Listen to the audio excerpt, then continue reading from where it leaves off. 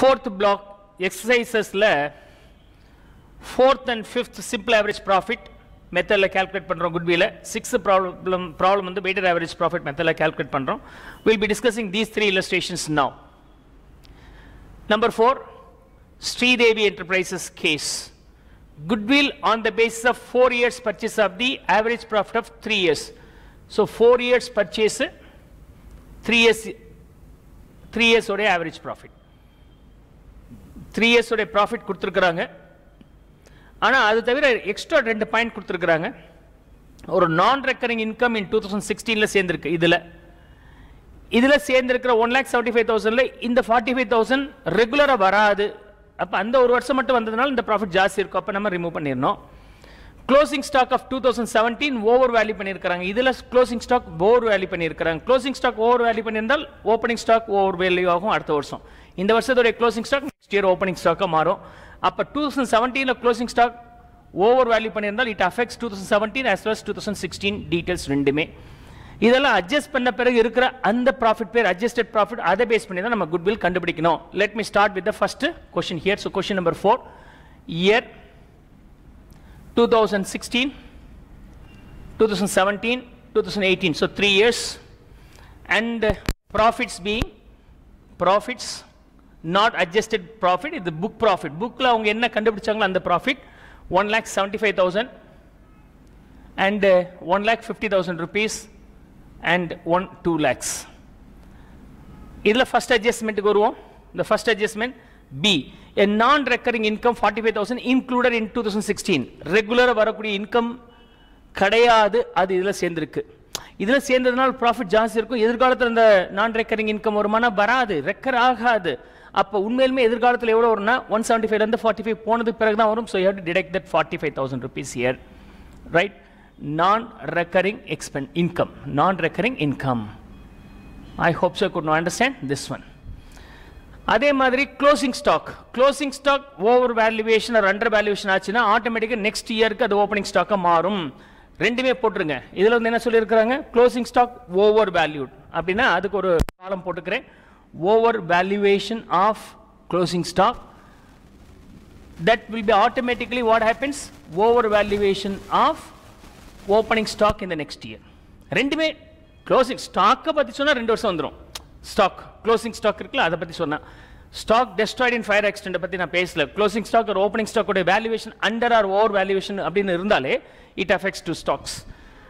So 2017 ல over valuation by 13 சொல்லியிருக்காங்க. 2017 ல க்ளோசிங் ஸ்டாக் கிரெடிட் சைடில் இருக்கும், அது ஓவர் வேல்யூ பண்ணியிருந்தால் இன்கம் ஜாஸ்தி காமிச்சிருக்கும். This income is extra over வேல்யூவேஷனா இருக்கும்போது அப்ப நம்ம என்ன பண்ணியாகணும், we have to deduct it. so 30,000 rupees. 1,50,000 credit சைடில் க்ளோசிங் ஸ்டாக்கை 30,000 rupees எக்ஸ்ட்ரா போடாமல் நியாயமான ரேட் கொடுத்திருந்தால் கிரெடிட் சைட் கம்மியா இருக்கும். கிரெடிட் சைட் கம்மியா இருக்கும்போது டெபிட் சைடில் நமக்கு கிடைக்கக்கூடிய இந்த பேலன்சிங் ஃபிகர் ஜிபி கம்மியா இருக்கும், நெட் ப்ராஃபிட் கம்மியா இருந்திருக்கும். ஸோ இவங்க அதிகமாக போட்டதுனால ப்ராஃபிட் ஜாஸ்தியா இருக்கும், which is wrong. I am going to correct it. அதே மாதிரி இது நெக்ஸ்ட் இயர் போகும்போது ஓப்பனிங் ஸ்டாக்கா மாறிடும். அப்போ ஓப்பனிங் ஸ்டாக் ஜாஸ்தி வேல்யூ இருக்கும், டெபிட் சைடில் ஜாஸ்தி போட்டிருந்தால் எக்ஸ்பென்சஸ் மாதிரி ப்ராஃபிட் குறைஞ்சிருக்கும், உண்மையான ப்ராஃபிட் ஜாஸ்தி இருக்கணும். So you have to add it back. So இங்கே மைனஸ்னா அடுத்த பீரியட்ல நம்ம ப்ளஸ் தான் பண்ண வேண்டியதாக இருக்கும். ஸோ அப்போ நமக்கு அட்ஜஸ்டட் ப்ராஃபிட் எவ்வளோ வருது? So adjusted profit for all the 3 years 175 minus 45. So 25 no 50 21,30,000 rupees will be the adjusted profit for the first year. 150 minus 30, 120 is the adjusted profit for the second year. And 2 lakhs plus 30, 2,30,000 rupees is the adjusted profit for the third year. Total 4,80,000 rupees. So 4,80,000 rupees for how many years? 3 years odeya adjusted profit. அப்ப average profit எவ்வளவு இருக்கு? average adjusted profit வந்து okay, so it may be 1,60,000 rupees. Number of years of purchase என்ன சொல்லியிருக்காங்க? 4 years purchase. So number of years of purchase 4. Okay, so I am going to multiply these two to get the goodwill. I hope so. Now you will understand this very easily. The answer will be 320 na 6,40,000 rupees ஆக இருக்கணும். So 6,40,000 rupees is the goodwill for the fourth question here. I hope so you could now understand this will be easily. Hereafter you can solve without any tension. Now we'll go for the fifth illustration. So fifth illustration la adhe mari 16, 17, 18 மூணு வருஷத்தோட profit கொடுத்திருக்காங்க. Non recurring income of rupees 2500 included in 2016 சொல்லி இருக்காங்க. இதுல stock lost by fire accident 2017 ல stock lost, stock overvaluation undervaluation சொல்லல, stock lost அப்படினா இதுல ஒரு adjustment. Stock not insured, அந்த பீரியட்ல இன்சூரன்ஸ் பண்ணல, அந்த இன்சூர் பண்ணியிருந்தா பணம் கிடைச்சிருந்திருக்கும் இல்லையா. ஸோ இன்சூர் இன் ஃபியூச்சர், ஃபியூச்சர்லையாவது இன்சூர் பண்ணணும்னு பிளான் பண்ணுறாங்க. அப்படி பிளான் பண்ணும்போது அவங்களுக்கு ப்ரீமியம் 250 rupees per annum இதுக்கப்புறம் செலவாக போகுது. ஸோ இனிமேல் 250 செலவாகணும்னா ஆவரேஜ் ப்ராஃபிட் கண்டுபிடிச்சு அந்த 250 ரிமூவ் பண்ணிட்டீங்கன்னா that is what about the adjusted profit. அதுக்கப்புறம் நீங்கள் யூஸ்வலாக கால்குலேட் பண்ணுற மாதிரி பண்ணிடலாம். Let me calculate for the question number 5. So year and profit. So year வரும்போது 2016, 2017, 2018. So we got 3 years. Profit being 25,000, 23,000, and then 26,000. So we have to make the adjustments for the changes. Non-recurring income in 2016. Idhula non-recurring income irukku. So non-recurring income. இனிமேல் வராது இந்த income, அந்த ஒரு ஆண்டில் மட்டும் வந்தது. எந்த ஆண்டில்? 2016ல மட்டும் வந்த இன்கம் இனிமேல் வராது. நாம இனிமேல் வரதை பத்தி தான் பேசுறோம். அப்ப 25,000 நாளைக்கு நேத்து வந்திருக்கு அப்படின்னா நாளைக்கு வருமா? நாளைக்கு வராது இல்லையா? அந்த 2,500 ரூபாய் வராது. So I am going to deduct that 2,500 here. And then stock lost by fire accident 2017ல stock loss இருக்கு. இனிமேல் லாஸ் ஆகுமா? So we cannot say that hereafter the stock may be lost. Loss ஆகும் நம்ம சொல்ல முடியாது. அதனால நான் என்ன பண்றேன், அந்த லாஸை நான் இங்கே அட்ஜஸ்ட் பண்ணிக்கிறேன். So abnormal loss or stock lost by fire accident. Stock lost by fire 2017ல நமக்கு 3,500 ரூபாய் லாஸ் ஆயிருக்கு. இந்த லாஸ் ஆகாமல் இருந்திருந்தால் ப்ராஃபிட் ஜாஸ்தி இருக்கும்.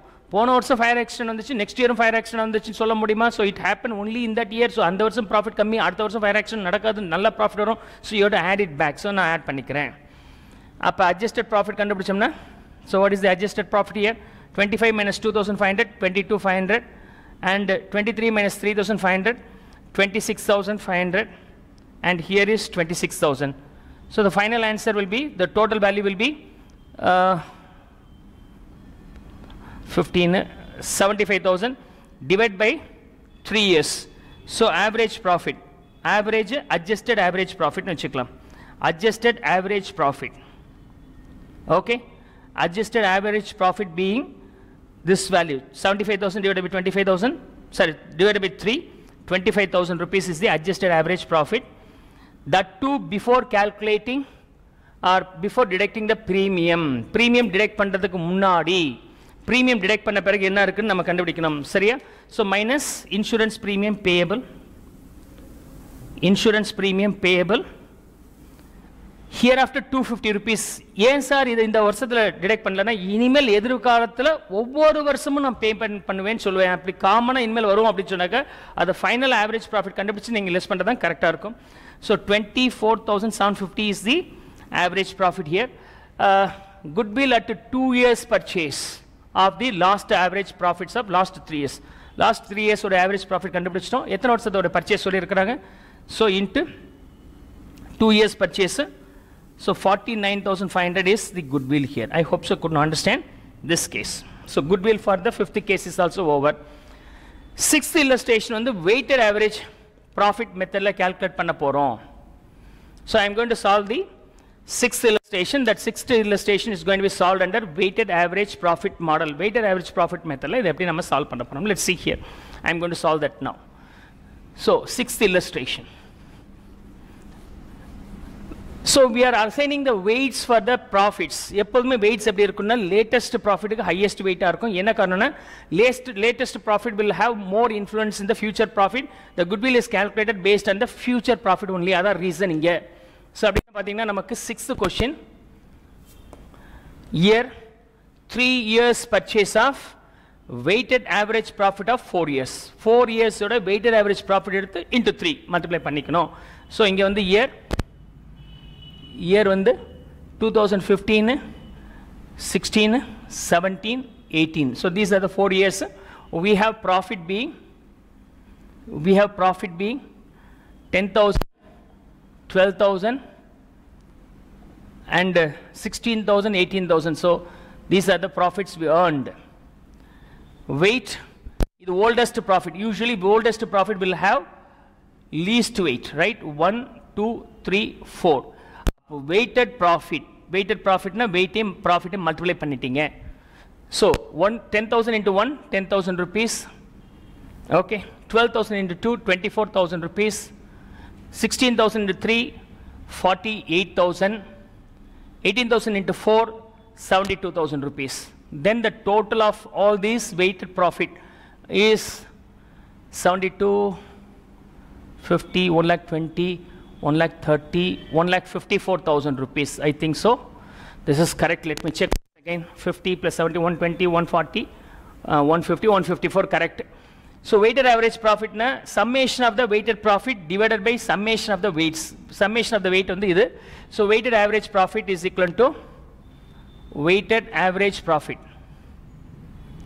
Weighted average profit is equal to total of weighted profit divided by total of weights. Total of weights. அப்படினா 1,54,000 divided by 10 போட்டிங்கனா உங்களுக்கு 15,400 வருது. Goodwill calculate பண்ணும்போது number of years of purchase போடணும் இல்லையா? So number of years of purchase. எத்தனை years of purchase சொல்லியிருக்கிறாங்க? 3 years purchase. So number of years of purchase. Number of years of purchase. 3.